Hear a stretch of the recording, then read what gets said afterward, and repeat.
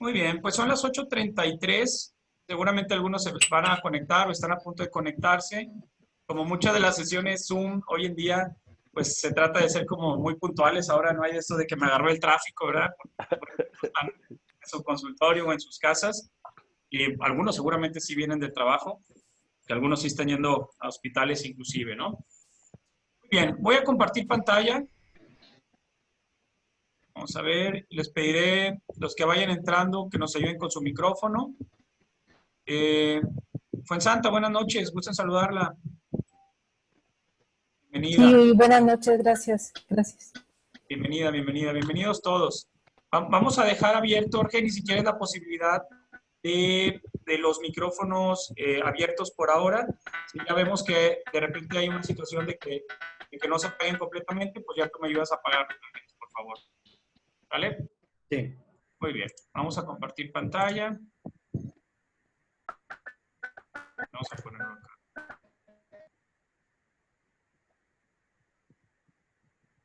Muy bien. Pues esta es la sesión académica del mes de agosto del capítulo Nuevo León de APM. El mes pasado, el mes de julio, por unanimidad de la mesa directiva de aquí del capítulo Nuevo León, decidimos no tener la sesión del mes de julio, hablando precisamente de ese desgaste físico y emocional que luego todos tenemos, de mucha información, mucha saturación de sesiones y de juntas, y decidimos darnos un pequeño respiro en julio. Yo creo que nos ayuda a todos para agarrar un poquito más de pila, energía, pues para esta sesión ahora del mes de agosto, ¿no? Quinto mes de pandemia aquí pues en nuestro país particularmente. Y bueno, con tres temas que creo que espero sean de su utilidad, ¿no? Hablaremos un poquito sobre la psicofarmacología en el paciente recuperado. Ahora ya no nada más estamos viendo todo el tema de prevención y de tratamiento, sino qué es lo que está pasando con los pacientes una vez que tienen su proceso de recuperación por COVID, desde el punto de vista médico y médico-psiquiátrico. Pues vamos a tratar de hacer una revisión de eso. Y por supuesto, dos expertos, dos especialistas de altísimo nivel, el doctor Michel Martínez, que él es el líder del grupo del TEC Salud, hablando como infectólogo y que se ha echado al hombro a todo el TEC Salud para lidiar con esta pandemia, particularmente el Hospital San José TEC de Monterrey. Nos va a dar una plática de todo lo que el psiquiatra debe saber acerca de COVID. Y posteriormente también un experto en endocrinología y con la alta especialidad en metabolismo mineral y hueso, el doctor Arnulfo González, hablándonos precisamente del tema de vitamina D. Todos sabemos que la vitamina D juega un papel importante en el sistema nervioso central. Ahorita está jugando un papel importante porque se está mostrando que tiene cierta mejoría en la prevención, no en la prevención, sino en el pronóstico del paciente también con COVID. A los que les llega a dar COVID, nos llega a dar COVID. Entonces, la utilidad de tener buenos niveles de vitamina D y la utilidad de esto también en psiquiatría, ¿no? Que también lo sabemos. Muy bien, doctor Orlando, buenas noches. También veo que acá ya se conectó. Y de hecho, el doctor Orlando ahorita le vamos a dar también la palabra por un tema del consejo. Muy bien, pues queramos o no, pues todo gira en torno a esto. Espero que también todos nos podamos desconectar emocionalmente y mentalmente de esto, el COVID.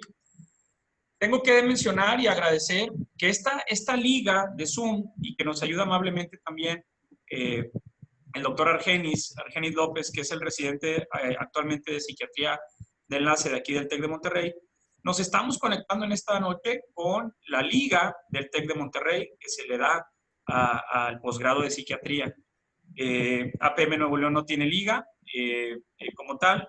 Y bueno, aprovechamos esto. Y también quiero comentarles, seguramente ustedes vieron en las publicidades de redes sociales que esta sesión iba a ser una sesión donde aparte estaría el doctor Vélez, doctor Juan Vélez, una sesión patrocinada por Stenda.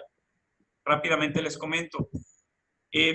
Hoy en día, afortunadamente, con esta liga del TEC, no tenemos la necesidad, afortunadamente, de tener un patrocinio por un laboratorio. Por lo tanto, nos da, como siempre así debe ser, la libertad de nosotros escoger la sesión que queramos, el tema que queramos, sin ninguna presión del laboratorio para imponer una plática. Y eso da una sensación académica y de libertad en muchos sentidos. El laboratorio Stendhal, con mucha insistencia, nos pidió para poder participar en esta sesión. Le dijimos que sí, con mucho gusto, con un tiempo acortado en esa sesión para el doctor Vélez, pero justamente el día de ayer, apenas ayer, nos pidió la lista de asistentes que tendrían que estar el día de hoy para poder acceder a esta sesión. Entonces le comenté que si no tenía el nombre, el laboratorio de alguien que iba a acceder en ese entonces momento, no le iban a dar acceso, y me dijeron que no. Entonces aquí el laboratorio lo que pedía es que solamente podían acceder el día de hoy a quienes nosotros previamente les diéramos a ellos nombre completo y correo electrónico, cosa que me parece totalmente limitada, y ellos mismos se limitan, porque creo que estamos en el mundo de la tecnología y esto, el exposure, y pues estas sesiones deben ser para todos, en este caso todos los psiquiatras, pero por políticas del laboratorio dijeron, no, así no podemos participar, afuera. Dijimos, bueno, pues la verdad es que realmente no se ocupa, ¿no? Digo, ocupamos la relación, seguramente el próximo año vamos a estar en sesiones presenciales, pero bueno, el laboratorio se hace a un lado y con mucho gusto, pues nosotros y el Tech Salud nos ayuda con esta liga y le entramos a esta sesión. Habiendo aclarado esto, hacemos la introducción o la agenda del día de hoy. Vamos a tener una agenda movidita. Introducción, un poquito hablar de noticias, de lo que ha pasado en la psiquiatría, el problema en México sobre el litio, el bupropión y un anuncio ahí de la esquetamina. ¿Qué es lo que ha hecho también la APM durante esta pandemia? Quisiera comentar un par de cosas. El doctor Rolando nos va a dar informes sobre el tema de la recertificación o la certificación por parte del Consejo Mexicano de Psiquiatría. Hablaré brevemente sobre el síndrome de fatiga por Zoom, que seguramente algunos de ustedes ya tienen, y yo tengo síndrome de fatiga por Zoom. Revisión bibliográfica, que es ahí es la parte del corazón de esta sesión que a mí me toca dar. Y ya pasaremos a los dos otros ponentes. Más o menos el doctor Michel empezará a las 9 y el doctor Arnulfo González a las 9:15. Tendremos una sesión de preguntas y respuestas de 10 minutos y al final el doctor Bernardo NG, presidente de APM, nos va a dar algunos anuncios sobre APM Nacional. Entonces, tenemos una agenda bastante movidita. Muy bien. ¿Cómo estamos ahorita? Bueno, esta es una estadística del día de hoy. Seguimos con los casos que aumentan. Afortunadamente, en Nuevo León hemos llegado a una meseta de casos de contagio por COVID. Tenemos el tema de la mortalidad.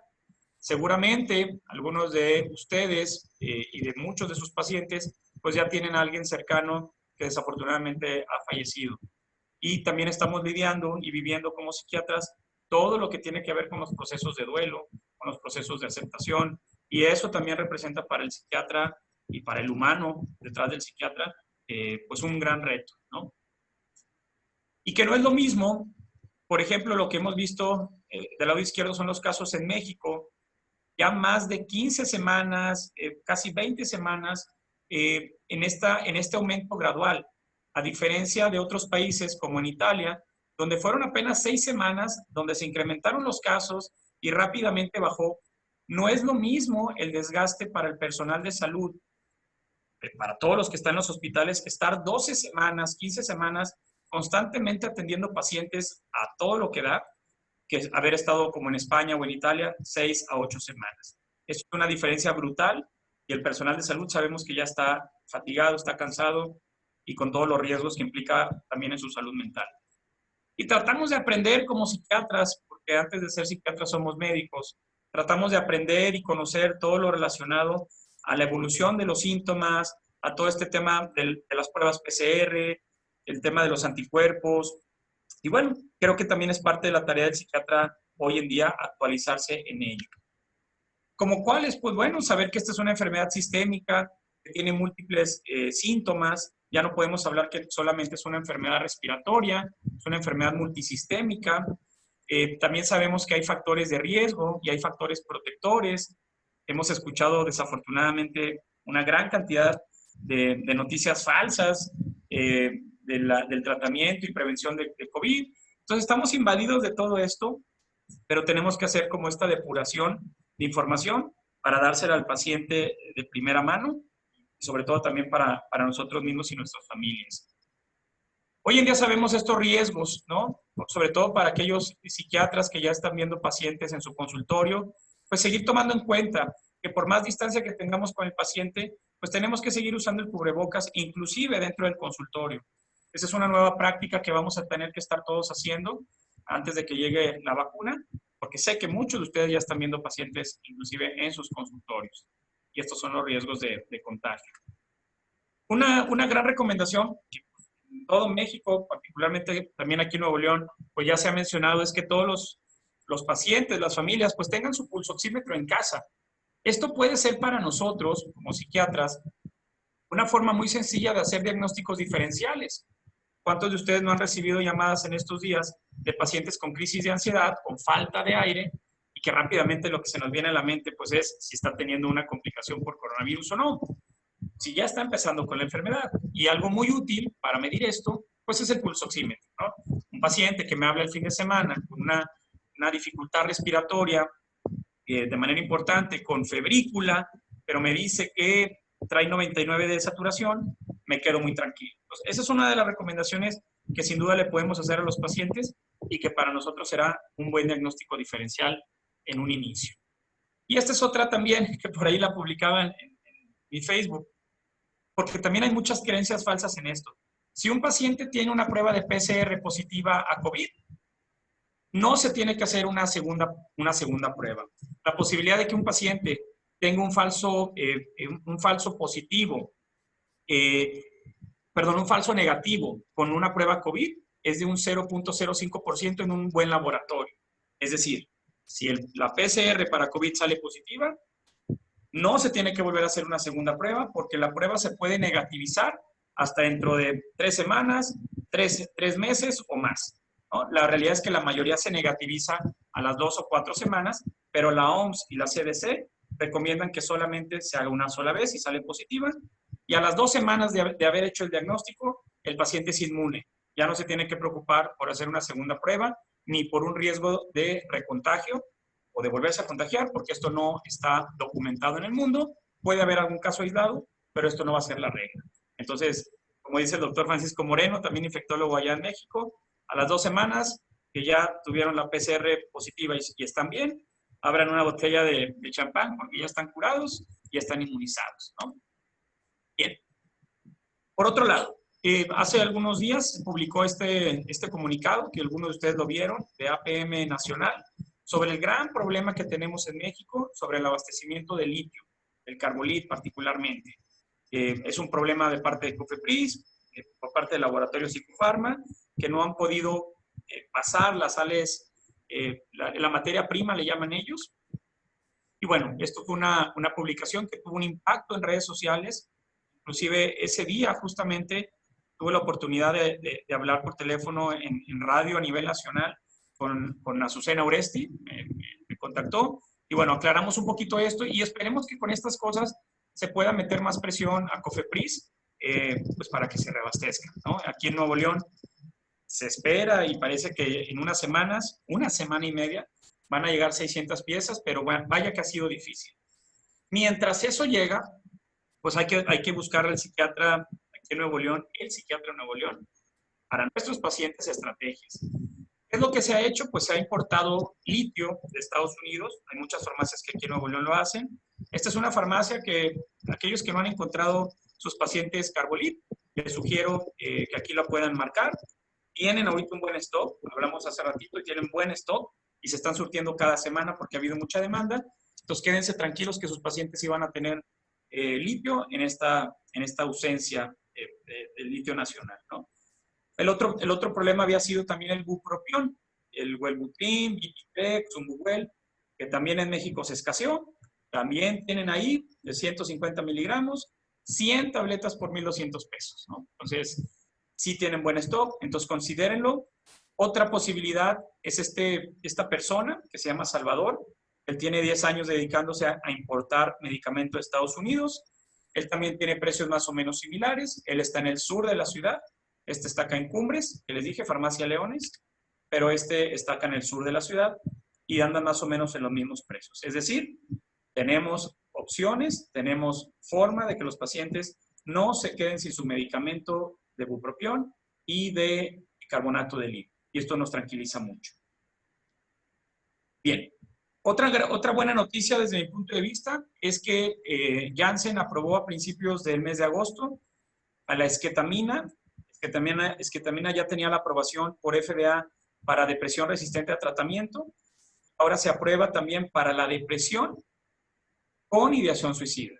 Ya no vamos a tener que esperar, de acuerdo a esta aprobación por FDA, a que el paciente falle en la respuesta a 2 antidepresivos, sino que el paciente con depresión e ideación suicida, aprobado por FDA para poderlo usar. Y esto tiene sentido por lo que hemos utilizado con la ketamina, o lo que hemos visto con la ketamina, tenía sentido que se aprobara también con la esquetamina. Muy bien, llegará a México a principios del siguiente año, por cierto.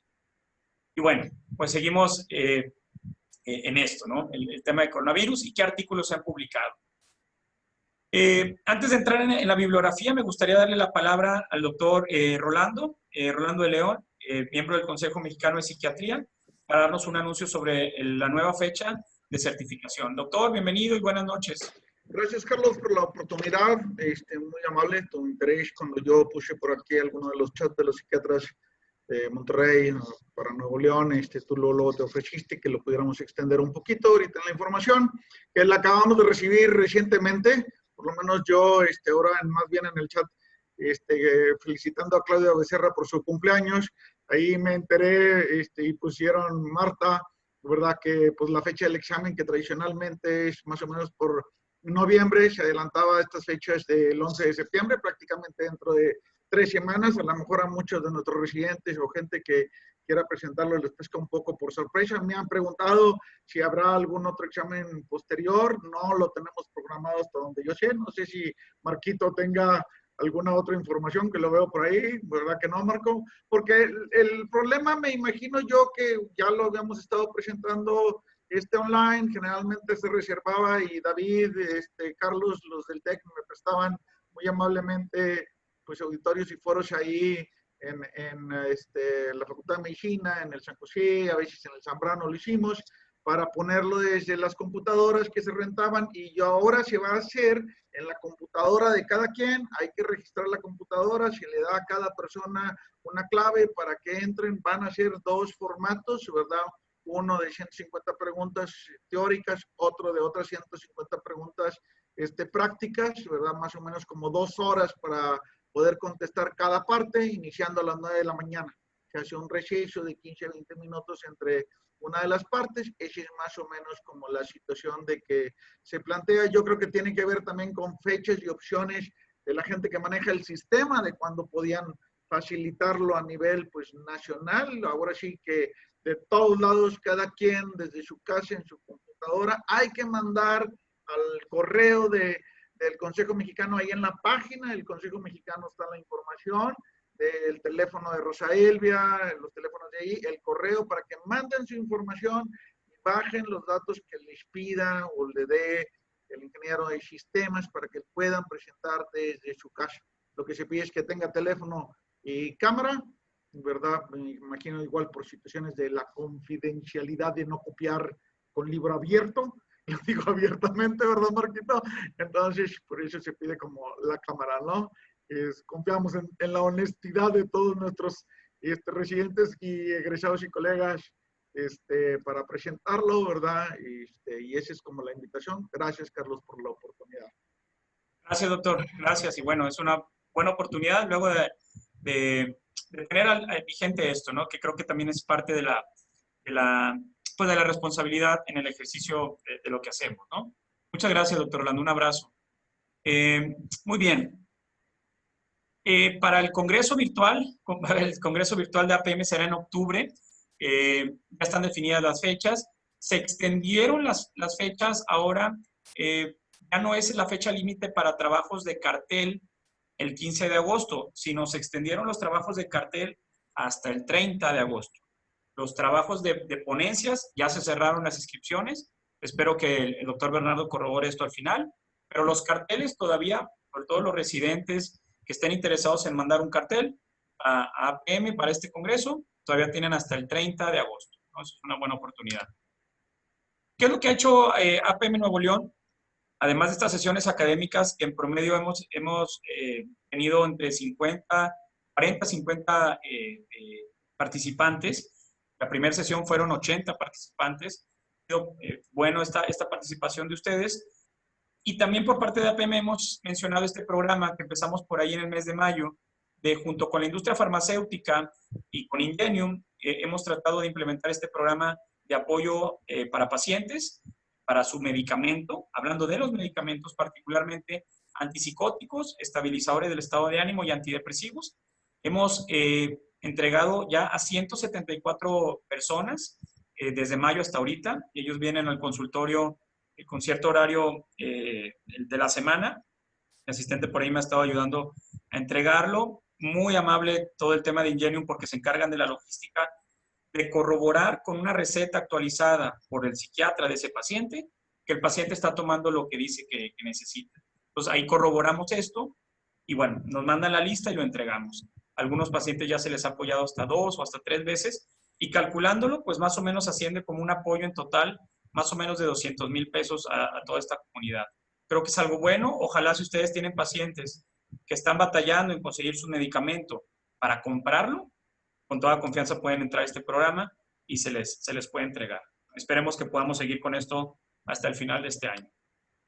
Nos llegó esta fotografía el día de ayer, lo cual me dio mucho gusto, que este es un albergue terapéutico que ya se sumaron a este programa y pues bueno, las carbamazepinas, los valproatos, a todo lo que da, con mucho gusto, van para allá. Y qué bueno que se beneficien, ¿verdad? Hemos tratado de estar participando en medios de comunicación. Multimedios es el que nos ha dado la plataforma. Particularmente el arquitecto Benavides ha tenido aquí en Monterrey el interés de que los temas de salud mental se difundan, sobre todo los temas relacionados al duelo, al qué hacer fin de semana, cómo identificar la depresión. Y la verdad es que ha sido una experiencia bastante buena. Y lo vamos a seguir haciendo. De hecho, el día de hoy nos pedían que estuviéramos a las 8:30, pero obviamente es más importante esta sesión en este momento. También hemos tratado de subir información en redes sociales, en Facebook, en la página del capítulo Nuevo León. Cada mes tiene ahora sí que más visitas y esperemos que también esto sea una plataforma buena para la población general, que puedan ver contenidos de calidad en salud mental. Seguramente el 90% de ustedes experimenta o va a experimentar esto de la fatiga por Zoom. Ver al paciente diariamente por videollamada y ver 8, 10, 12 pacientes diarios es sumamente cansado. Las recomendaciones son tener tiempo entre paciente y paciente, es decir, levantarnos, movernos, tomar agua, ir al baño, porque muchos seguramente le dan seguido, esto no ayuda. La iluminación siempre que sea buena y siempre estarnos autocuidando en temas de hidratación y darnos nuestros tiempos siempre para comer bien, porque esto nos puede meter en un tema de burnout ahora en Zoom, ¿no? Bueno, ahí el mensaje a todos. Y ya, vamos a ver estos últimos 6 minutos, 7 minutos, esta cuarta ola que va a venir, que son los trastornos mentales, que nos preocupan, ya lo estamos viendo. Vamos a ver un poquito alguna revisión de artículos, ¿no? Este es un artículo reciente publicado en la revista Lancet Psychiatry sobre las presentaciones psiquiátricas y neuropsiquiátricas asociado a infección por coronavirus de manera severa. Se ha demostrado que los pacientes con infección por coronavirus, y este estudio de hecho englobó a pacientes con MERS y con SARS-CoV-1, que bueno, no se le llama CoV-1, sino el SARS-CoV, que fue el primero, ya metieron también ahora lo de SARS-CoV-2, se demostró que los pacientes pueden tener en su evolución y en su egreso estas frecuencias o estas prevalencias de trastornos psiquiátricos. Vamos a empezar a ver cada vez más estrés postraumático en los pacientes. Eso es algo que tenemos que estar considerando en buscar en nuestros pacientes que lo hayan presentado. Y no solamente en aquellos que han estado hospitalizados, sino en aquellos también en casa, por todo lo que implica el aislamiento y el miedo a morir. Una de las complicaciones más fuertes que se está viendo en los hospitales, pues es obviamente las complicaciones por delirium. Vamos a hablar ahorita 2 diapositivas para ello, pero el delirium está siendo en muchos pacientes graves, intubados, pues una complicación importante, que luego en el alta de estos pacientes, pues van a tener algún porcentaje. Hay un artículo que habla que el 33% de ellos puede tener un síndrome disejecutivo, y que muchos de estos pacientes que cursan con delirium, sabemos que el delirium es un factor de riesgo para demencia. Y para deterioro cognitivo. Entonces, si un paciente ingresa a un hospital con COVID, adulto mayor, con deterioro cognitivo leve, puede egresar, si es que egresa, con una demencia instalada. Y esto nos preocupa también en esta población. Hay algunos otros estudios que hablan de algunas complicaciones neurológicas. Se está viendo problemas de enfermedad cerebrovascular. Ahorita le vamos a preguntar a Michelle, que ya veo que anda por acá. Bienvenido, Michelle.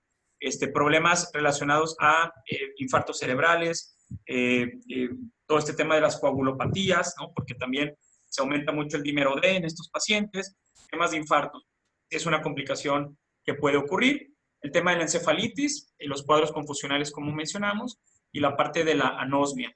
Hay algunos estudios que reportan, y ahorita lo corroborará Michelle, que si un paciente empieza con anosmia, su pronóstico es mejor que si no empieza con anosmia. Es decir, esta inflamación a nivel más superior, el pronóstico es mejor que si no empieza con anosmia.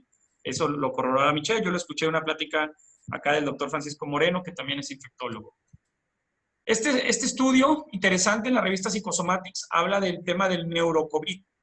Recomendaciones farmacológicas para el delirium asociado a COVID, sabiendo que el COVID es una infección sistémica o es una enfermedad que ataca múltiples órganos. Recomendaciones, y muchos de los intensivistas lo están haciendo, pues es la utilización de la dexmedetomidina para la sedación cuando se requiera.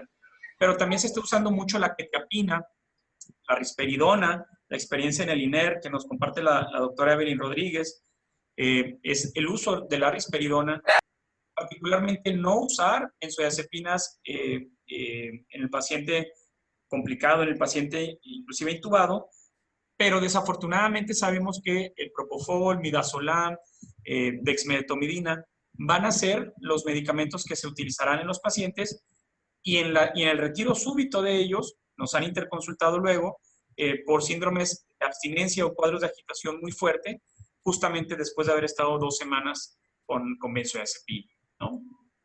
Este otro artículo interesante que habla del rol de la inflamación como un predictor en los pacientes, pues sí, los pacientes que sobreviven a COVID, que egresan del hospital, se ha demostrado que entre mayor sea su inflamación, es decir, toda esta cascada de interleucinas, proteína C reactiva, etcétera, tienen más posibilidad de desarrollar un diagnóstico psiquiátrico al mes de haber egresado. Y justamente este estudio publicado hace unas 2 semanas nos habla eso. 400 adultos que se recuperaron de COVID habiendo estado hospitalizados, se les pusieron escalas y vean ustedes lo que se encontró. 1 de cada 3 estrés postraumático, depresión, 40% ansiedad, 20% síntomas obsesivo-compulsivos y 40% insomnio. Y aquí hubo una correlación que a mayor proceso de inflamación en el hospital, mayor posibilidad de desarrollar estos diagnósticos, ¿sí? Y el 56% de estos pacientes, es decir, 200 pacientes, tenían por lo menos, en al menos 2 dimensiones, es decir, 2 diagnósticos psiquiátricos al mes de haber egresado. Pues ya estamos viendo este tema ahora del paciente que se recupera. Y también del paciente que se recupera, yo le mando mucho a los pacientes esta foto, ¿no? Porque el paciente, seguramente ustedes ya han tenido pacientes que se han recuperado, seguramente algunos con síntomas muy leves, que les dice, doctor, es que ahora siento mucha ansiedad, es que me siento todavía muy cansado, ¿no habrá regresado la depresión? Pues muchos de los síntomas después del COVID, después de esos 14, 15 días, 3 semanas, pues van a permanecer muchos con fatiga, con disnea, con dolor articular, dolor de pecho, anosmia inclusive. Entonces, también esa parte hay que explicarle al paciente que no necesariamente estamos viendo un tema de ansiedad per se, sino probablemente todavía un tema de disnea y de fatiga. ¿Vale? Y entonces esta foto ayuda a que los pacientes lo comprendan muy bien. Un estudio publicado justamente hace un par de semanas habla del impacto que está teniendo en la población el estar en casa, el estar en cuarentena, ¿sí? Y esto es un estudio muy grande que se hizo en Gran Bretaña, en Reino Unido, con una encuesta en línea en 600,000 personas, y lo que se encontró es que las escalas de depresión y ansiedad en promedio no están tan mal. De hecho, la escala HAT, por ejemplo, una escala normal es menos de 7 puntos, ligeramente elevado, más la de ansiedad, que ahí sí tenemos de punto de 10, que de depresión. En general, el promedio es bueno. Lo que se demostró es que aquellos pacientes que ya antes de la pandemia estaban aislados, es decir, que tenían poca vida social, les iba peor en esta pandemia. Esta pandemia nos ha reflejado realmente cómo estábamos antes, desde el punto de vista familiar, social, humano, ¿no? Y también interesante que las personas que tenían menos puntajes en estas escalas eran dos tipos de personas. Las personas que estaban involucradas en la comunidad para ayudar a otras personas y los trabajadores esenciales. Pareciera ser también que este sentido de utilidad nos protege ante enfermedad mental, o por lo menos en esta encuesta en línea en Reino Unido. Se me hace muy interesante este análisis, ¿no? Seguimos viendo publicaciones, ¿no?, sobre el tema de depresión y ansiedad post-COVID. Tenemos muchas imágenes. Esto ya lo puse, y ya también hay prevalencias de depresión y ansiedad para el paciente con COVID. 62 estudios publica este estudio, 162,000 personas en 17 países. Igual, 1 de cada 3 tiene depresión, 1 de cada 3 tiene ansiedad. Es más frecuente la ansiedad y la depresión en personas que tienen enfermedades médicas previas. Por supuesto, si yo tengo diabetes, hipertensión o alguna enfermedad reumatológica, sé que tengo más posibilidades que si me contagio, me puedo complicar. Y esto aumenta mis estados de hiperalerta, me puede poner más ansioso o tener más riesgo de llegar a depresión. Pero ven ustedes esto, que creo que es el punto también medular para nosotros como personal de salud. En todos estos países, y yo no dudo que también en México, tienen mayor prevalencia de depresión, ansiedad y trastornos del sueño el personal de salud que población general. ¿Sí? También este fenómeno de burnout y de síndrome de desgaste, y no dudo que en México también esto ocurra. Ya para casi acabar, creo muy relevante mencionar este artículo que fue publicado hace una semana, que nos dice que si a los pacientes, y esto no tiene que ver con COVID, y qué bueno, pero a la vez sí tiene que ver con COVID, si suplementamos a los pacientes que no tengan depresión con vitamina D3, no es un factor de pronóstico para que aparezca o no la depresión en su vida. Es decir, si una persona no tiene depresión y tiene sus niveles de vitamina D adecuados y quiere suplementarse constantemente con vitamina D, no le va a prevenir desarrollar a lo largo de 5 años, 6 años, que este fue un estudio de 6 años, su incidencia o apariencia de depresión. Muy importante. Esto se lo podemos compartir a los pacientes, por otro lado, hablando de la disnea y los pacientes que se recuperen, la rehabilitación pulmonar, se requieren muchos pacientes. Esto está publicado en las redes sociales de nutrición. Esto se lo comparto a muchos pacientes y la verdad les ha funcionado porque muchos no van a tener acceso a la rehabilitación en hospital pulmonar, pero se lo podemos dar a ellos. Últimas 2 diapositivas. Tenemos que buscar en los pacientes, ahora que se están recuperando, estrés postraumático. Tenemos que considerar tratamiento de primera línea, ISRS, escitalopram, sertralina, paroxetina. Cuidado con que el uso de benzodiazepinas, que muchos pacientes ya tomaban antes, ahorita mencionaba el doctor en un chat, el doctor Marco López, muchos pacientes que ya tomaban benzodiazepinas desde antes, muchos infectólogos o en los hospitales se las están quitando. Y es cierto desde un punto de vista, porque las benzodiazepinas de vida media larga, clonazepam, diazepam, pueden deprimir un poquito la función respiratoria. Vamos a tratar de cambiarlos a estos pacientes con benzodiazepinas de vida media larga recuperados por COVID, a benzodiazepinas de vida media corta que tengan menos problema respiratorio. Muchos pacientes salen de hospital con alteraciones renales o hepáticas. Tenemos que considerar que los pacientes con problemas renales, litio, pregabalina, desvenlafaxina y topiramato, tener cuidado porque estos medicamentos eliminan vía renal y podemos empeorar al paciente su función renal. En muchos pacientes que nos digan que tienen disnea o falta de respiración, más que ofrecerles benzodiazepinas, vamos a ofrecerles rehabilitación pulmonar. Cuidar súbitamente el retiro de benzodiazepinas, porque eso nos mete a muchos pacientes en riesgo de abstinencia. Monitoremos con las aplicaciones interacciones farmacológicas, sobre todo aquellos adultos mayores que han experimentado de intensidad leve, moderada o grave un cuadro de coronavirus. Monitoremos por ellos su cognición. MoCA, Minimental, va a ser importante porque toda esta parte de hipoxemia en el paciente nos puede afectar la cognición. Hay que monitorearla. Duloxetina, cuidarla en el paciente con enfermedad hepática. Hay muchos medicamentos que aumentan PFHs que se utilizan en los hospitales. Cuidarla. La duloxetina no se recomienda darla. El paciente con estrés postraumático, consideremos totalmente utilizar propranolol o clonidina. Funciona bien para las pesadillas en estrés postraumático. También es cierto que muchos pacientes, muchos de ustedes y de mi parte, pues nos exponemos también menos al sol. Entonces, aquel paciente con síntomas francos depresivos, también va a ser una buena idea medirle los niveles de vitamina D. Ahorita el doctor Arnulfo nos va a decir cómo la vamos a suplementar. Muchos de los pacientes, muchos de ustedes, hemos cambiado en el peso también en esta pandemia.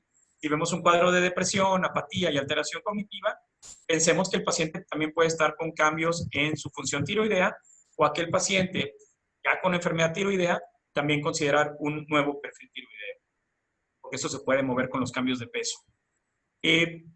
Si aumenta de peso el paciente, puede aumentar su presión arterial, y algunos medicamentos duales pueden empeorar esta presión arterial. También tengamos cuidado.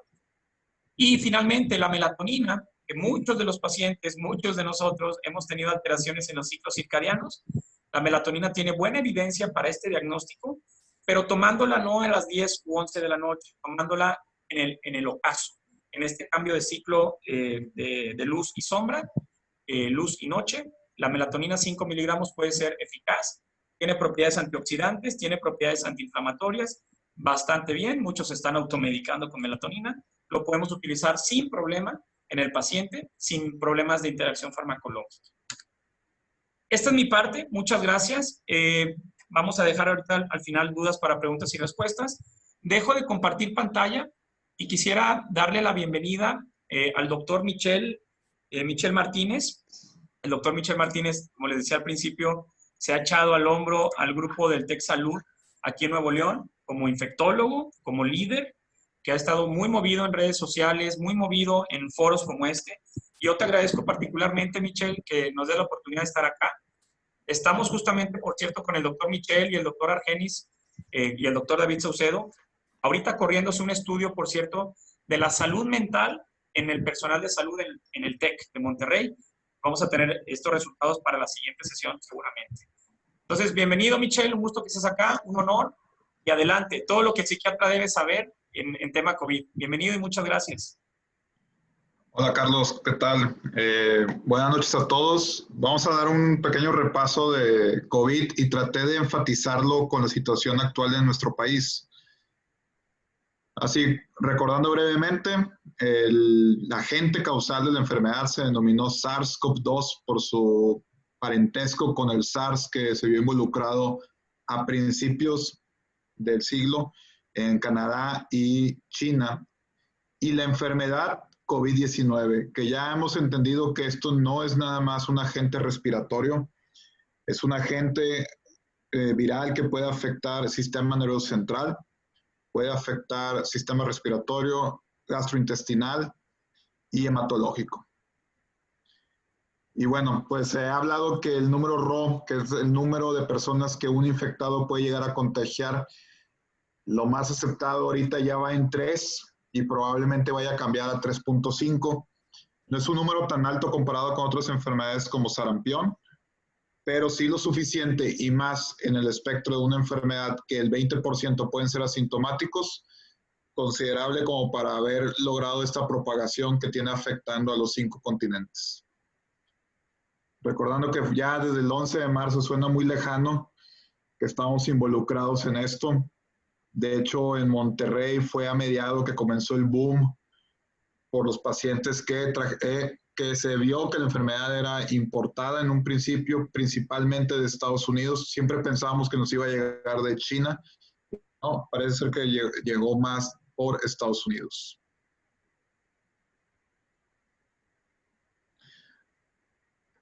Recordar que el curso de la infección por COVID-19 consta de 3 etapas y conforme va avanzando, progresando la enfermedad, pues va aumentando la severidad. La primera etapa es la respuesta viral, donde se lleva a cabo la mayor replicación en epitelio respiratorio y gastrointestinal principalmente. Puede cursar como asintomático o síntomas leves. Y por síntomas hablábamos de dolor de cabeza, cefalea, odinofagia, mialgias, artralgias, tos. Y ahora ha cobrado relevancia el trastorno en el gusto y en el olfato con la pérdida de estos, parcial o completa. Finalmente, la etapa 2, que es entre el día 7 y día 11 del cuadro, es donde el paciente normalmente se presenta a una unidad de emergencias. Es cuando ya tiene consignada la neumonía. Y la etapa 3, que ocurre principalmente en pacientes intrahospitalizados, en el cual ya hay una respuesta inflamatoria extensa. Realmente ya en este periodo encontramos a los pacientes con una PCR negativa o con una carga viral baja, pero ya generando anticuerpos incluso, pero con marcadores inflamatorios sumamente elevados. Y pues el caso sospechoso, que en los últimos 7 días haya presentado 2 de los siguientes signos y síntomas: tos, fiebre, cefalea, acompañado de algún otro como dolor de pecho, dificultad para respirar, odinofagia, irritación en los ojos, congestión nasal, muscular y en articulaciones. Y yo siempre hago esto, todos los días que me levanto, yo tomo mucho café, y el día que deje de oler café, entonces ya me voy a comenzar a preocupar. Y de hecho es algo que hemos estado abogando, hemos estado dando asesoría de distintas empresas para la apertura comercial, académica, y creo que debemos de abogar por implementar filtros olfativos. ¿Por qué? Porque la fiebre no está presente. Pensábamos que, a diferencia de los hospitalizados, donde el 80-90% de los hospitalizados tiene fiebre, en pacientes con síntomas leves, la fiebre puede estar solamente en un 40%. En cambio, los trastornos del olfato y gusto, en un 70% de los casos leves ambulatorios estará presente. Y bueno, pues recordando nuevamente, el tiempo que tarda un paciente en llegar al hospital es alrededor de 7 días. Lo que hemos estado viendo en TechSalud, ahorita veremos datos de cuántos pacientes llevamos atendidos, es que al principio de todo esto nos llegaban pacientes entre el día 7 y el día 11. Hoy nos están llegando en una buena proporción, diría yo, de un 40%, pacientes ya en el día 14 en delante. Y también tiene que ver por una cuestión que no es nada biológica ni de las personas, es una cuestión socioeconómica. Los pacientes están en casa tratando de aguantar lo más que puedan, viendo si van a autolimitar sus síntomas, y se están esperando.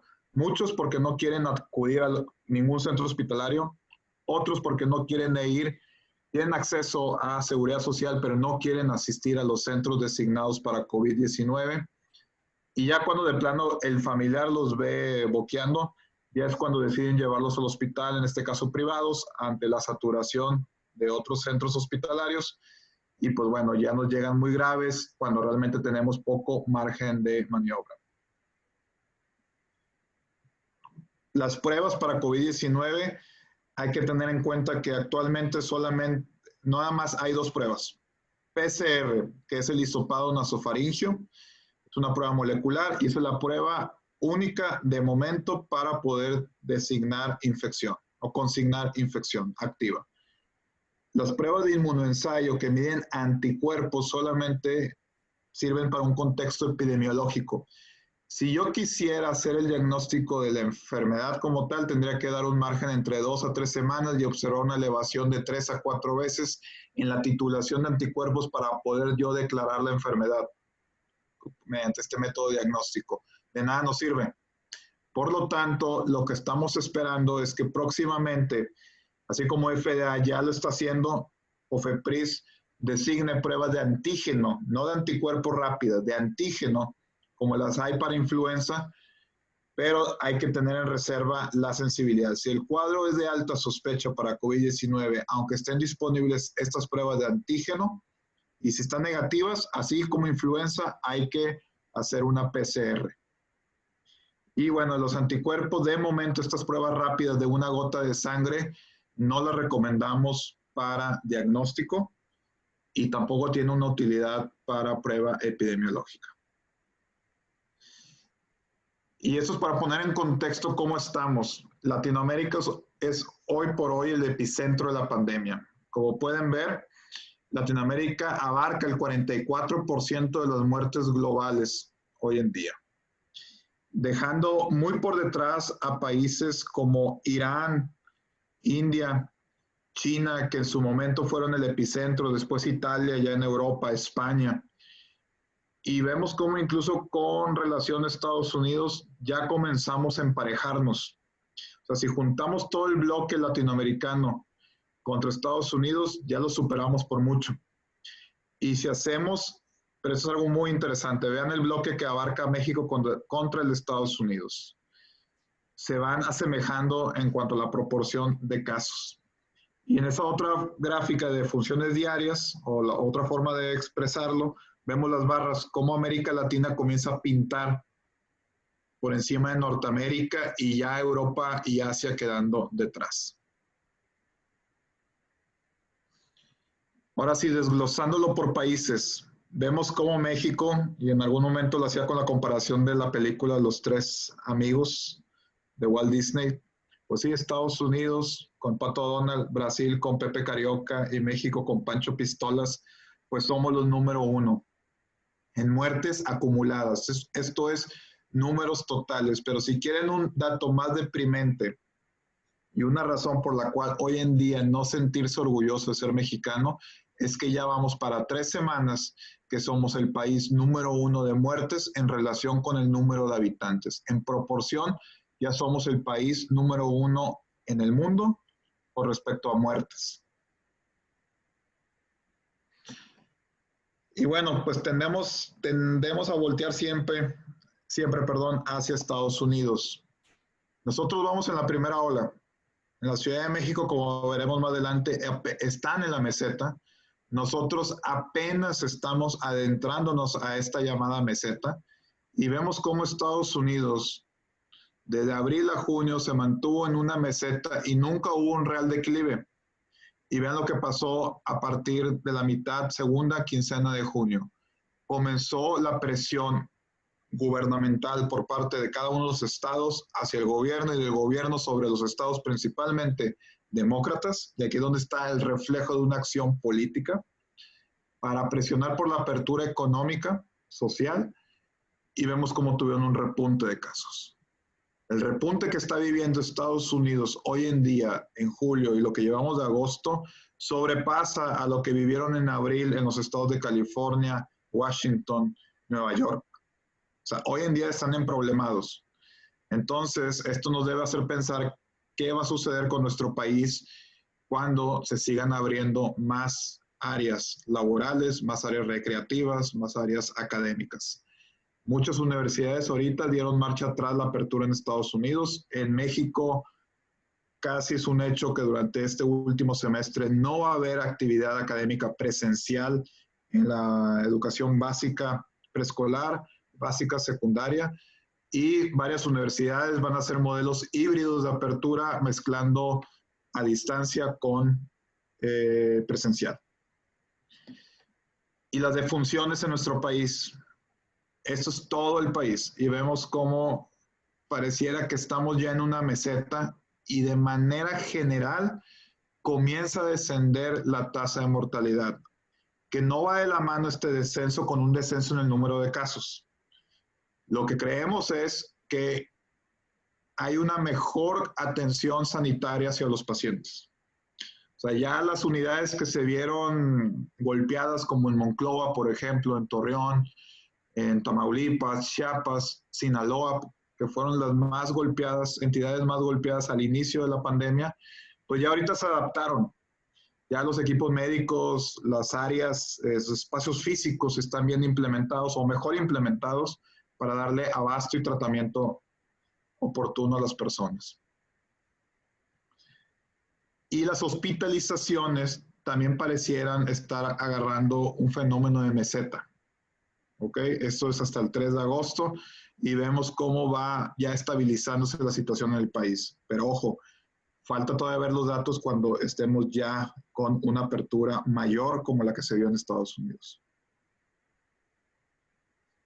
Y bueno, aquí podemos ver Nuevo León contra Ciudad de México. Nuevo León está en morado, lo verde corresponde a Ciudad de México.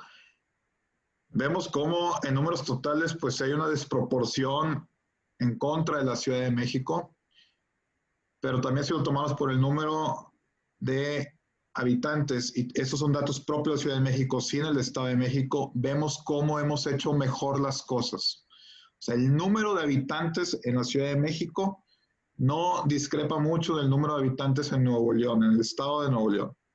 Por lo tanto, se ve que sí sirvió haber hecho este aislamiento estricto por parte de la entidad federal al inicio y que, bueno, tuvieron que ceder y comenzar a abrir algunas áreas y es lo que estamos viendo este repunte. Pero ¿qué ganamos con estos casi 2 meses que estuvimos guardados? Preparar mejor los hospitales. El hospital público que más atención ha dado a la comunidad de Nuevo León es el Metropolitano. Ellos mencionan que tienen un censo de alrededor de 220 camas, hospital universitario 70 camas, y tomar en cuenta todo el conglomerado de hospitales y generales de zona y de alta especialidad del IMSS, que dan 3 veces este número de camas al estado. En el nivel privado, pues en TechSalud somos una unidad que ha proporcionado 150 camas y 20 camas en urgencias para atención a la comunidad y hemos tenido días donde estamos al 100% de la hospitalización. En Nuevo León, la relación de casos diarios en gris contra defunciones diarias, podemos ver que ahorita andamos en un promedio de 40 defunciones al día. ¿Okay? Nos hemos podido ya mantener así desde finales de julio a ahorita en agosto. Creo que hemos hecho una labor buena con respecto a Ciudad de México y otras entidades federativas. Pero la atención hospitalaria, una cosa es primeramente diagnosticar, consignar, tratar y las defunciones. Bueno, aquí hablamos de la calidad en la atención.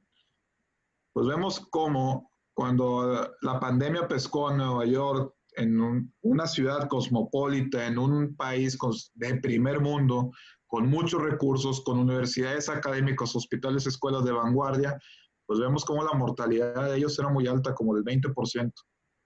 Pues México, en general, ya estamos más allá de ellos, el 30%, pero obviamente ellos tienen los recursos económicos y de infraestructura 10 a 15 veces mejores que los nuestros. Entonces, creo que México ha tratado de hacer lo mejor posible con los recursos disponibles, sí, pero ahora vamos a desglosarlo según el segmento. ¿Cómo ha sido la atención hospitalaria? Si tú te atiendes en un hospital del Ejército o Marina, tú tienes un 10% de probabilidades de morir. En instituciones privadas, del 11%. Pemex, 25%. El Estado, esto es Nuevo León, es del 30%. ISSSTE, 30%. Secretaría de Salud, también un 30%. Y vean el IMSS, que depende totalmente del gobierno federal, donde no hay injerencia por parte del Estado, está arriba del 40% tu riesgo de fallecer por COVID-19. Entonces, pues esta atención requiere nuevas alternativas de tratamiento, ya que no hay un tratamiento aprobado. Ojo, aprobado. Hay tratamientos autorizados como Remdesivir por la emergencia en la cual se encuentra Estados Unidos. No hay agentes que demuestren ser efectivos como profilaxis, por favor, a sus pacientes. Niéguenles que usen aspirina, que se pongan Clexane, que tomen Xarelto, que tomen dióxido de cloro, por favor, o sea, ozono. Nos ha tocado ya 3 pacientes que llegan con quemaduras esofágicas por dióxido de cloro. Quisiera pensar que el sentido común es algo común y no. Y bueno, pues existen diversos agentes aprobados para otras indicaciones o en investigación que se siguen estudiando para el tratamiento de COVID-19. Y algunas de estas drogas tienen ya autorización de emergencia como Remdesivir o utilizar bajo esquemas de uso compasivo como el plasma. No se dispone de nada para la presentación leve. Como decía mi abuelo, toca de ajo y agua, a joderse y aguantarse. Paracetamol e hidratación. Sí, decirle a los pacientes que de favor se hagan de un pulso oxímetro, porque estamos viendo que a diferencia de influenza, muchos pacientes cursan con una hipoxemia silenciosa. Esto es, en influenza, si tienes debajo entre 80 y 90, te das cuenta, te falta el aire, tienes más respiraciones por minuto, tienes más sintomatología y acudes a buscar atención. Con COVID-19 no. Muchos pacientes tú los ves saturando 82 y están sentados cómodamente respirando. Entonces, aquí es de utilidad el pulsoxímetro. Saturaciones abajo de 91, 92, ya es donde sugerimos acudir a urgencias y valorar internamiento. Y bueno, para las expresiones graves y clínicas de la enfermedad, está el oxígeno suplementario, soporte ventilatorio y hemodinámico, y las drogas que han demostrado una efectividad con cierta fuerza es dexametasona, y con menor grado, remdesivir, una droga de la cual no podremos disponer si bien nos va hasta octubre o noviembre. ¿Qué hemos hecho en investigación clínica en el mundo? Pues vemos cómo Estados Unidos se ha quedado un poquito atrás con respecto a Europa en cuanto a la generación de conocimiento. Si esto lo comparáramos con influenza, Estados Unidos fue el número 1 con respecto a Europa. 622 investigaciones van en curso, México 49, toda Latinoamérica 129. Yo creo que no estamos mal. Y otras áreas geográficas, pues China, que fue el epicentro, y Rusia, que eso es lo que llama la atención. Rusia ha aprobado ya un antiviral, Favipiravir, y ha aprobado una vacuna para su uso inmediato ya en la población abierta, y apenas tienen 41 estudios llevados a cabo. La mayor parte de los estudios pues van hacia población adulta, económicamente activa. Algunos estudios, la otra buena proporción, la mitad en adultos mayores y muy pocos en niños. Y esto pues es el reflejo que la enfermedad tiende a respetar a los niños, tienden a hospitalizarse mucho menos que los niños. ¿Y qué ha funcionado, qué no ha funcionado? Pues bueno, ya hidroxicloroquina son los campeones en los trials, pero bueno, ya está claro que no debemos usar hidroxicloroquina o cloroquina. El segundo es el plasma. Nosotros estamos participando con un protocolo de plasma, pero los últimos reportes no son alentadores, aunque cabe recordar que se han usado en pacientes ya con mucho tiempo de evolución. Y los autores concluyen 3, 4 artículos de que el plasma debe usarse al inicio, y parte de la lógica de usarlo en la fase viral, cuando el virus está activo, cuando todavía no hay anticuerpos o en muy baja cantidad, y debe ser entre los primeros 10 días, no usarlo a los 14, 21 o 30 días como el estudio de llama del Lee, donde lo usaban en promedio al día 28-30 de evolución. Los macrólidos también, tercer grupo de medicamentos que más se han usado y que no han demostrado ser utilidad. De hecho, nosotros lo quitamos de nuestro esquema de tratamiento. Tenemos algunas esperanzas todavía en antagonistas de interleucina 6, aunque a tocilizumab lo golpearon duramente, la misma compañía que lo produce, Roche, diciendo que no lo utilicemos más. Seguimos con alguna esperanza en lopinavir, inhibidores de proteasa, inhibidores de polimerasa de RNA, ribavirina, que es lo que tenemos disponible en el país. Nosotros no somos Rusia como para tener, o China, como para tener favipiravir, mucho menos remdesivir. Y bueno, esto es lo que me preocupa. O sea, nosotros aportamos 40% de los estudios con antiparasitarios ivermectina que no demuestra utilidad por un simple concepto farmacológico. Para lograr una concentración adecuada de ivermectina tendría que darle 20 veces la dosis al paciente. Pues lo voy a matar. O sea, es más probable que muera de insuficiencia hepática que de COVID si trato a los pacientes con ivermectina a la dosis que corresponde. Y otras terapias, pues bueno, baricitinib, que es otra de los donde estamos apostando, estamos participando en un estudio global, multicéntrico, aleatorizado, doble ciego. Y los corticosteroides, y vean, si comparamos corticosteroides contra estudios de plasma y hidroxicloroquina, muy por debajo, y es lo que más resultados han dado que modifiquen el desenlace clínico, principalmente mortalidad y número de días de estancia intrahospitalaria. Y bueno, pues hablando un poquito del sistema TechSalud, como ya todos saben, 2 hospitales, Zambrano y San José, decidimos reconvertir al San José en hospital COVID. Tenemos un área designada como triage y un área de internamiento. Esto lo voy a ir un poquito rápido. Un hospital que en un inicio daba atención para 110 pacientes. Lo hicimos total de 115 pacientes COVID en una primera fase, pero en una segunda fase otras áreas las habilitamos, dando 35 camas más para un total de 150 camas en hospitalización y 20 camas en emergencias para atención de pacientes COVID. Los números actuales, tenemos ahorita en este momento 148 hospitalizados, 7 en emergencias, 43 en terapia intensiva. Actualmente hay 31 pacientes intubados y 44 en altos flujos. Tenemos ya al día de hoy 1,074 pacientes tratados y han fallecido 89 pacientes. Pero si quitamos de estos 89, 7 que murieron en emergencia, que llegaron boqueando, que no pasaron ni 24 horas para poderles haber implementado nuestro protocolo de manejo, nuestra tasa de letalidad es de 8.2% y nuestra tasa de mortalidad de 7.6%, por debajo de lo reportado por Secretaría de Marina y Ejército. Vemos cómo hemos tenido también que reconvertir áreas. Esto normalmente no lo verían, o sea, estas son las áreas donde los pacientes se recuperaban después de una cirugía y bueno, ahora ya son áreas de terapia intensiva.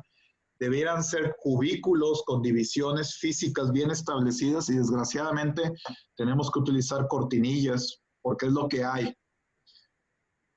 Y bueno, pues vemos cómo están amontonados los pacientes de terapia intensiva. Es inconcebible en otras circunstancias que haya 2 ventiladores con apenas 2 metros de distancia. Y bueno, nos hemos enfrentado también a la meteorología.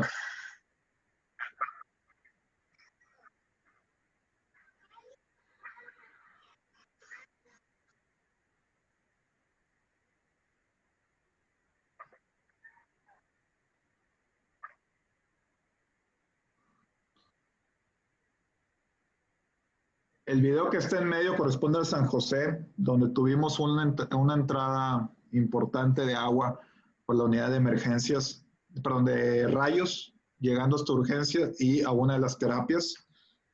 Pues tuvimos que movilizar pacientes. Comenzamos también a tener goteras. Imagínense que de repente comenzó una cascada aquí con el paciente acá. Pues tuvimos inmediatamente, con la dificultad que esto implica, hacer cambios y reestructuras de nuestras áreas.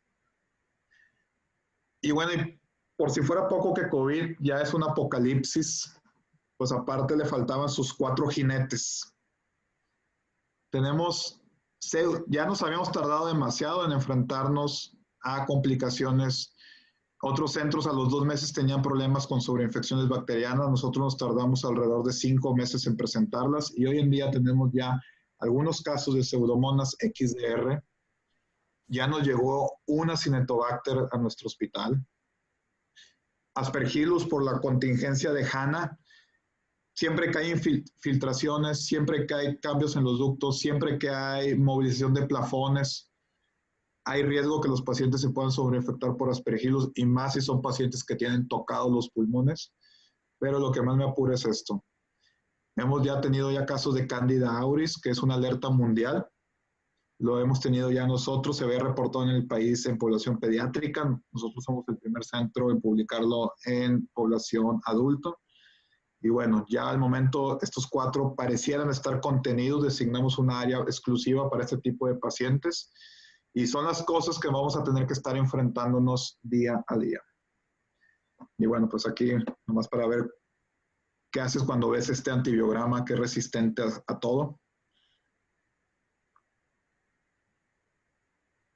Y luego dices, bueno, hay 2 opciones que están descritas actualmente, Savicefta y Cervaxa. Y le digo a mi química que se encarga de todo esto, oye, ¿ya probamos esto? Me dice, sí, la mayoría son resistentes. Pues prácticamente nomás tenemos colistina en el manejo y luego esto, Acinetobacter. María Alemán es mi coordinadora de epidemiología y pues obviamente se desmayó. Y esta es una foto de la Cándida auris a la cual nos estamos enfrentando hoy en día. ¿Qué hay de esto de la inmunidad contra el virus? Se habla que necesitamos el 60% de la población inmune o con anticuerpos para poder proteger al resto de manera aceptable. Lo óptimo sería una inmunidad del 90%. Pues bien, en Estados Unidos, desde enero a mayo, solamente el 20% de la población llegó a generar anticuerpos. Van muy lentos en la generación de anticuerpos. ¿Por qué? Por esto. Sabemos que en pacientes asintomáticos el 40% no generan anticuerpos. Y de los pacientes sintomáticos, 13% no generan anticuerpos. Y eso nos preocupaba porque había el riesgo de reinfecciones. Ya también sabemos que la inmunidad celular juega su rol y es la que puede hacer que no haya descritas reinfecciones a la fecha. Y en cuanto al tratamiento, pues hemos transitado desde cloroquina, hidroxicloroquina, hasta remdesivir. Se ha conseguido remdesivir, pero de forma muy puntual, 2 pacientes nada más, y como parte del protocolo clínico. Y bueno, pues cloroquina ya murió. Entonces, este era nuestro algoritmo de manejo al inicio: cloroquina, hidroxicloroquina, acitroplasma, remdesivir, y si estaba en la fase inflamatoria, tocilizumab, esteroides e interferón. Pues bueno, hoy en día ya renunciamos a los primeros fármacos, nos seguimos quedando con plasma, remdesivir de manera muy anecdótica, ribavirina, lopinavir y baricitinib en nuestra base, en nuestro protocolo de manejo, asociado a la dexametasona. Y ya también tuvimos que renunciar a tocilizumab. Ya no estamos utilizando tocilizumab. Vimos muchos efectos adversos como perforaciones gastrointestinales hasta infecciones oportunistas. Y la vacuna, y con esto acabo la charla, pues hay 8 vacunas que prometen. Y ustedes ven, ya hay aprobadas 2, sí, ya hay aprobadas 2 vacunas para su implementación inmediata en población abierta. Esto es una en Rusia, una china. El problema es que estos 2 campeones pues se saltaron la fase 3. Éticamente no es adecuado, pero también la misma comunidad científica en Occidente, principalmente Estados Unidos, han hablado que tal vez antes que una fase 3 valdría la pena invitar a voluntarios, poner vacuna, y si lo aprueban, y si lo pasan, ir inmediatamente a aplicación masiva de la vacuna sin el rigor de una fase 3 que puede llevar hasta un año. ¿Ok? Entonces, pues aquí doy por terminada mi charla. Muchas gracias y dejo de compartir pantalla. Muchas gracias, Michelle. Qué amable. Y ojalá a todos esta información que nos ha dado el doctor Michelle, me quedé con la gráfica del apocalipsis, ¿no? Yo me quedo pensando, el apocalipsis ahora para los psiquiatras es la depresión, la ansiedad, los intentos de suicidio, ¿no? También nosotros tenemos nuestros apocalipsis, Michelle, que vienen, ¿no? Pero si nos puedes esperar, Michelle, 12 minutos, 13 minutos, con un tema para preguntas y respuestas. Quisiera presentar brevemente, si te puedes quedar, Michelle, 12 minutos, 13 minutos más. Sí. Qué amable. Y gracias todavía al resto de los que están acá todavía esperar. Voy a presentar al doctor Arnulfo González, amigo mío, puedo decirte amigo, Arnulfo. Sí, claro. Un muy buen endocrinólogo, internista. ¿Cuántos de ustedes no han escuchado ahora? Pues toma zinc, toma vitamina D. Y seguramente muchos pacientes les han dicho, ¿pero cuánto tomo, doctor? ¿Tomo 4,000 unidades? ¿Me tomo 1,000 unidades? ¿Me funciona? ¿No me funciona? ¿Hay efectos adversos? Y justamente por todas estas preguntas que los pacientes nos han hecho, consideré oportuno invitar al doctor Arnulfo González justamente en eso, el rol de la vitamina D3 en tiempos de COVID. Adelante, Arnulfo, si deseas compartir pantalla, bienvenido, gracias. Perfecto.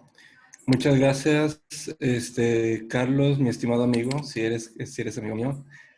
Tengo el honor de decirte amigo. Gracias a todos por aceptarme aquí en su sociedad de psiquiatría. Es difícil para un endocrinólogo estar aquí con ustedes. No me vayan a juzgar por lo que vaya a decir, por favor. Ahora es cierto. Yo creo que están acostumbrados a ese tipo de chistes. Lo siento. Vamos a hablar rápidamente en un pequeño tema que es la relevancia de la vitamina D en COVID-19. En este caso, la vitamina D, desde que estudié la tercera especialidad en metabolismo mineral, e incluso mucho antes, ha tenido un auge de ser una joya, todo lo puede, nos va a mejorar en cuanto a reducir cáncer, reducir diabetes, reducir depresión, reducir muchas cosas. Pero también tiene sus dificultades, ¿no? Tiene sus limitaciones. Entonces vamos a hablar un poquito de esto, realmente muy rápido. Conflicto de intereses, pues realmente eso, trabajo para Clínica Nova, estoy en la IMSS, en la número 25 como profesor de endocrinología y también de investigación en Cristus Muguerza.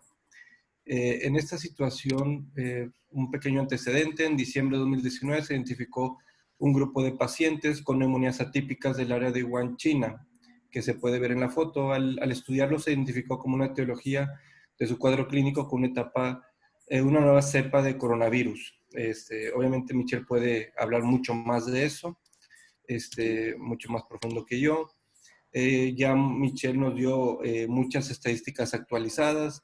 Esta diapositiva es simplemente no confirmar, porque día a día vemos cómo el problema es mundial y es una tragedia que tantas vidas se hayan perdido en el mundo, en México. Y aunque tenemos honestamente, una falsa sensación de tranquilidad y de que todo va a estar hacia, pues, a menos casos, pues expertos como Michelle nos han mostrado que puede venir una segunda ola, o incluso con las medidas de salvamento económicas, pues nos van a exponer a una cantidad mayor de personas enfermas y quizá fallecidas. Entonces, realmente nuestra tasa de letalidad es del 10%, como ya dijo Michelle, y algunas veces peor. Este virus tiene una afinidad por el receptor ECA2, que es 10 a 20 veces mayor que el virus SARS-CoV-2.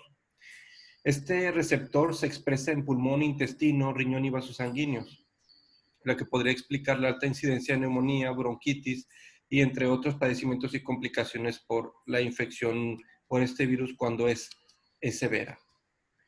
Recientemente se ha demostrado que hay una relación de la deficiencia de vitamina D con el receptor del ECA2 y la evolución del coronavirus en los pacientes. Ahorita vamos a ver un poquito de la información que hay.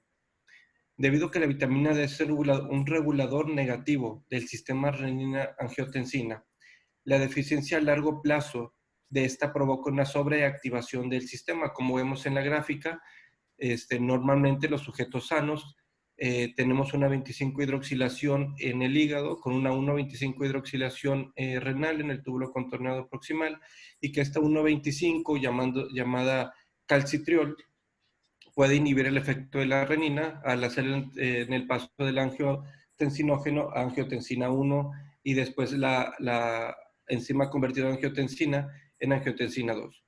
Y da el círculo vicioso que esta misma puede inhibir el efecto de FGF23 junto con su correceptor cloto, que es soluble y transmembranal, para una inhibición de la 1-alfa-hidroxilación renal.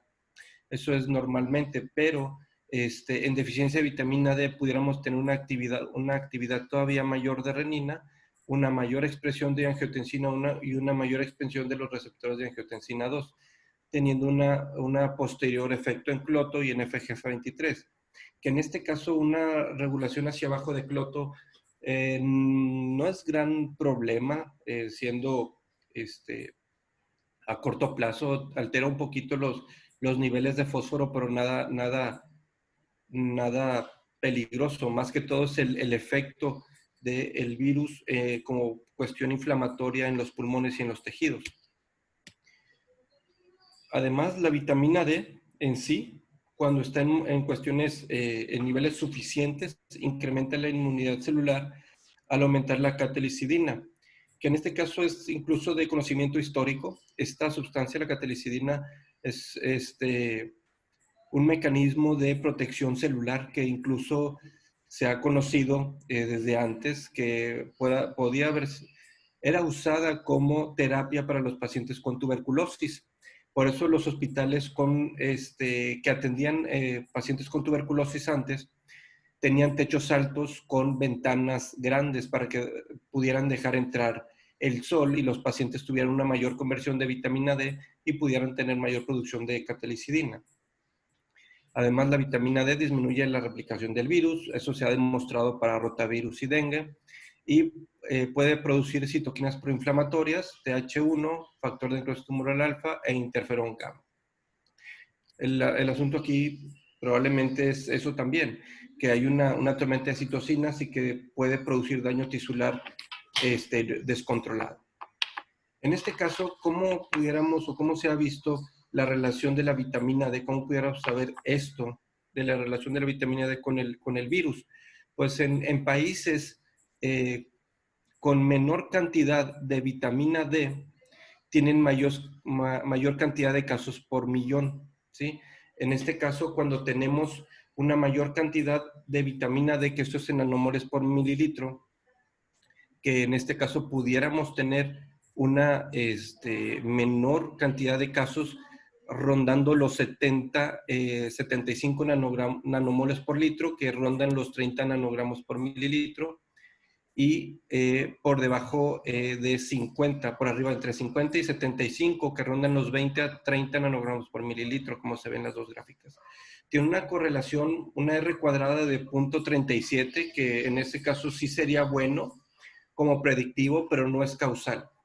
Y en este caso solamente es la vitamina D, no da tanta información de los casos por millón. ¿Qué tanta información da? ¿Qué tanto justifica de los casos por millón? Solamente el 37%. Ha habido estudios que dan como desenlace la sobrevivencia en los pacientes que tienen deficiencia de vitamina D. En este caso, describieron en Italia un estudio con 42 sujetos, ¿sí? Donde tenían, pues midieron lo que es las comorbilidades, hipertensión, enfermedad cardiovascular, renal. Como vemos, hay una gran cantidad de comorbilidad en estos pacientes, ¿sí? La vitamina D media en nanogramos por mililitro es de 20.46, con más o menos 11. O sea, había pacientes entre 10 hasta 30, ¿sí? O sea, había pacientes con 30. Entonces tenemos sin hipovitaminosis D con más de 30, el menor, alrededor de 19%, hipovitaminosis D menos de 30, de un 81%.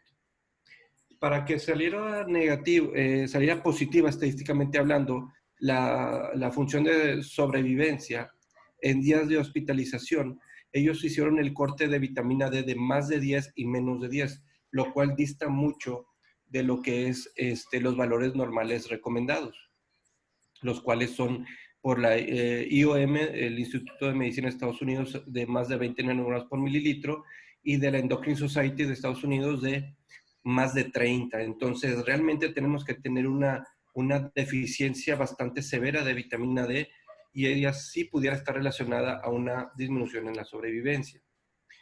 Ahora, si tenemos una relación o una asociación, quisiéramos tener una información más que todo de la causalidad. Y en este caso, hacer una intervención en algunos casos, pues por ejemplo, en el tratamiento de la neumonía con vitamina D, no se encontró un resultado significativo en la resolución completa, teniendo en base valores tan bajos como 20 nanogramos por mililitro, y se alcanzaron valores de hasta 40 nanogramos por mililitro. Entonces, puede ser que clínicamente no sea relevante, aunque en algunos otros estudios ha demostrado reducción de interleucina 6, puede reducir el nivel de proteína C reactiva en pacientes con diabetes y, por ejemplo, en los pacientes con un riesgo incrementado de sepsis, sea lo que signifique, no hay reducción en la tasa de mortalidad en los pacientes con sepsis cuando son suplementados con vitamina D. La mayoría de los estudios se han hecho en pacientes con menos de 20 nanogramos por mililitro, pero vamos a ver cómo fueron tratados. Fueron tratados hasta con 600,000 unidades de vitamina D, lo cual es una cantidad enorme, ¿verdad? Muy lejos de lo que le voy a sugerir ahorita. Y en cuanto a insuficiencia respiratoria, pues la vitamina D en deficiencia contribuye este resultado. Como deficiencia, pero como intervención clínicamente no ha habido gran cosa. Hay algunos estudios que pues recomiendan para disminuir los eventos de neumonía mantener los niveles de vitamina D entre 40 a 60 nanogramos por mililitro.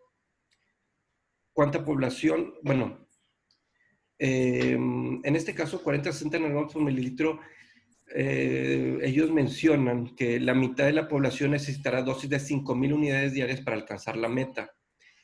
La Asociación Agrícola de Estados Unidos, que es quien maneja o da el nivel de suplementación de vitamina D, que el máximo son 4,000 unidades diarias, y ellos refieren que necesitamos 5,000 para alcanzar la meta, en solamente la mitad de la población. Algunos estudios recomiendan realizar dosis de cargas semanales de hasta 100,000 a 200,000 unidades por semana o quizá más. Honestamente, en mi práctica diaria no ha sido tan difícil para llevar a los pacientes a 40, 60 nanogramos por mililitro. Sin embargo, pues, posiblemente nos preguntaríamos sobre el efecto tóxico de la vitamina D en nuestros pacientes y realmente se ha sugerido que niveles de 40, 60 nanogramos por mililitro puede ser segura. Concentraciones mayores de 100 nanogramos por mililitro ya tendríamos riesgo de lesión renal. Por sí mismo, la vitamina D no ha causado tanto estrago. Generalmente se relaciona más a complicaciones cuando se suplementa con calcio. Más de 1,200 miligramos diarios y por largo tiempo. Con esta información, inicialmente yo creía que se les tenía que dar dosis todavía mayores de vitamina D, pero analizándola de este modo, creo que no me voy a separar de mi rutina diaria, ¿sí? Que es más que todo darle un tratamiento a los pacientes de alrededor de 10,000 a 15,000 unidades por semana, cuando tienen valores entre 20 a 30 nanogramos por mililitro. Y cuando tienen valores de menos de 10 nanogramos por mililitro, pudiéramos utilizar las recomendaciones usuales, que en este caso viene de un artículo en 2007 de Michael Holick, donde pudiéramos dar una dosis de carga de 50,000 unidades de vitamina D por semana, por 8 semanas, y después mantener una dosis de mantenimiento de 50,000 unidades por mes. Lo que yo he hecho para mi persona, incluso es, yo he tenido deficiencia de vitamina D de hasta 13 nanogramos por mililitro. Eso pasa a cualquier residente, cualquier persona que no esté expuesto al sol, y de una manera muy fácil, incluso en Monterrey. Y prácticamente me suplemento con 50,000 unidades mensuales, sin dosis de carga y nada más. Dosis mayores son difíciles de dar aquí en México. Hasta hace poco vi un medicamento que da una inyección intramuscular de 100,000 unidades. No creo que la necesitemos por la evidencia actual y creo que hay que ser prudentes. Actualmente nos hemos acabado la vitamina D en el estado. Es difícil conseguir la vitamina D mexicana de 4,000 unidades, que es el Histofil. Solamente nos queda el Valmetrol de 1,600 unidades, lo cual para alcanzar las dosis de 50,000, pues sí sería un poquito dificultoso, ¿verdad? Entonces, yo creo que hay que ser prudentes. No vamos a prevenir necesariamente el virus con mucha vitamina D. Yo creo que saciando las necesidades diarias del cuerpo es suficiente. Pueden tomar 800 unidades de vitamina D de Valmetrol o juntar solamente 10,000 unidades por semana, 15,000 a lo mucho. La necesidad de vigilar la vitamina D en una nueva valoración sería en 3 meses.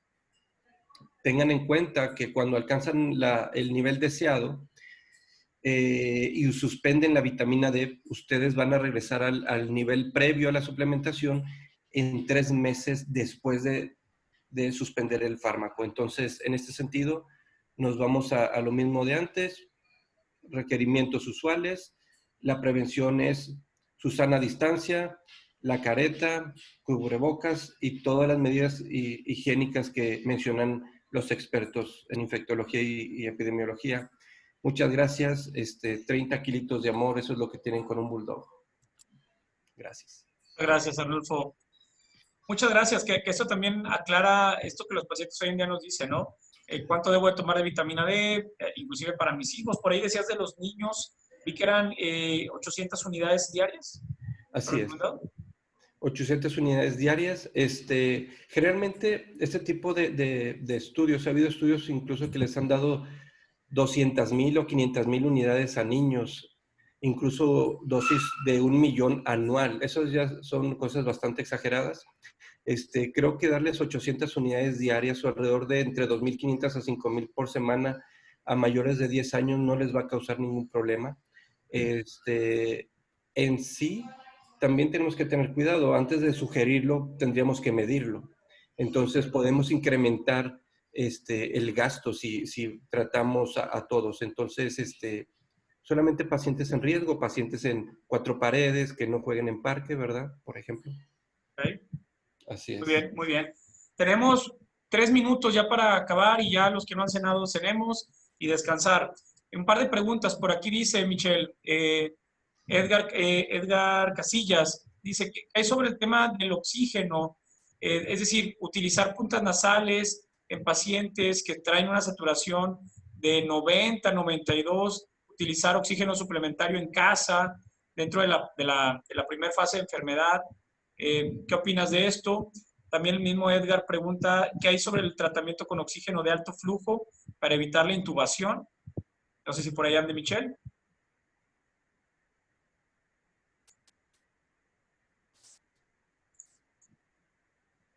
Ups, que le salió una interconsulta, me mandó un mensaje que se fue al Sanjo. Así andan los infectólogos. Muy bien, muy bien. Deja ver acá. Nayeli, gusto en saludarte. Pues sí, el tema de la reapertura económica pues va a ser difícil en todos los estados y seguramente va a haber más casos. Esta sesión va a ser, ha sido grabada, la vamos a publicar por ahí en redes sociales. Arnulfo, Michelle, les agradezco mucho su participación y a todos ustedes que se hayan quedado hasta esta hora para esta clase, para esta sesión.